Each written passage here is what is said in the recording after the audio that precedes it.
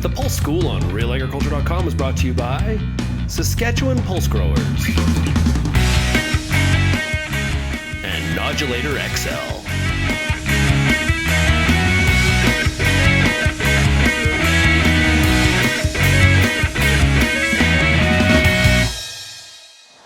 Okay, we're here at the Lacombe Research Center and I'm joined by DJ and we're talking about powdery mildew today. And you have all kinds of plants in here with powdery mildew, but let's start with how is the prevalence in the prairies? Is it increasing?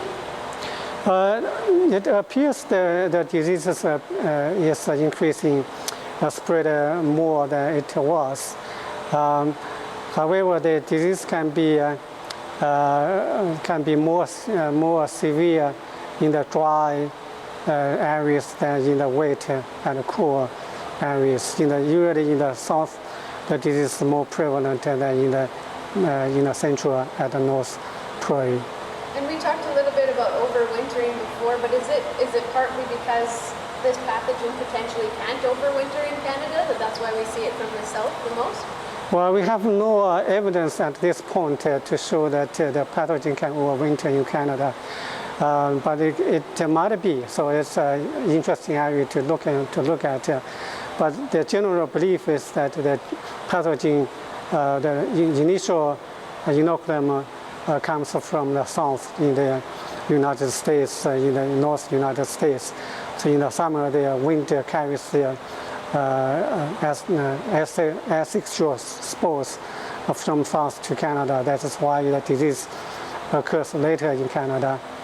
So when roughly would we start to see disease development in the fields? You probably see it in late July to early August. That's the time you see the disease. By the time you really see the wider spread of the diseases will be mid of August to late August. So generally at that time, most of the varieties in Canada have started to mature. So you have some plants here with symptoms. Can you describe what symptoms we'll see in the field when a pea is infected with powdery mildew? Sure. I'll show you some of the symptoms on the plants here. This is in the greenhouse infection. So you see the whitish powders covers the top, the upper surface of the leaves, which is usually you see in the field as well. But because in the field the conditions are not as ideal as in the greenhouse, you probably won't see the so much powdery mildew symptoms in the field. But if you look at them closely, you will see the whitish spores on the upper surface first. Then it will spread upward from the bottom to the upper part. But at later stage, at the most prevalent stage, you will see the whole plant, even in the field, is covered by the powdery mildew spores. If you shake the plants, you will see the powders which is these spores will fly around. So it is very easy to identify the disease in the field. Yes, generally you will see the whitish powders cover the whole plant. Okay, so we know that the disease can move quite rapidly throughout the field. How does it impact yield?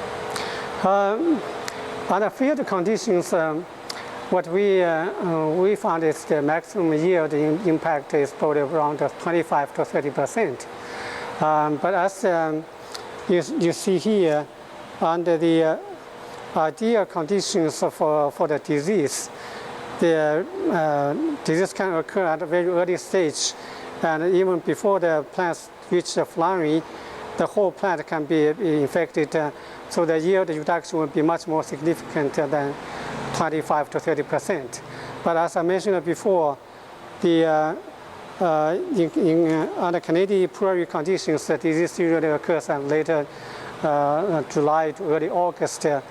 So by the time that the disease widely spread, the plants getting ready to maturity, so that yield reduction is not as heavy as in the greenhouse. So usually you look at the 25 to 30% of yield reduction. So maybe some of the prevention tactics we could utilize would be seeding earlier maturing varieties. Yeah, that is the recommendation for in the past for growing the disease susceptible varieties, but most of the recent varieties are resistant. So there are plenty of the resistant varieties you can select from. So you don't really have to rely on early seeding for control the disease and to reduce yield reductions. But if you happen to have susceptible varieties, so the early seeding and choose early maturing varieties are recommended options for control the disease. Is there anything we can do once our field has been infected, or is it too late? There are a number of the fungicides you can spray to control the disease, but usually, as the disease occurs later, so farmers don't spray them. But in the pedigree seed productions, you wanted to have the best quality of the seed, so you should spray. So at what stage would we consider spraying?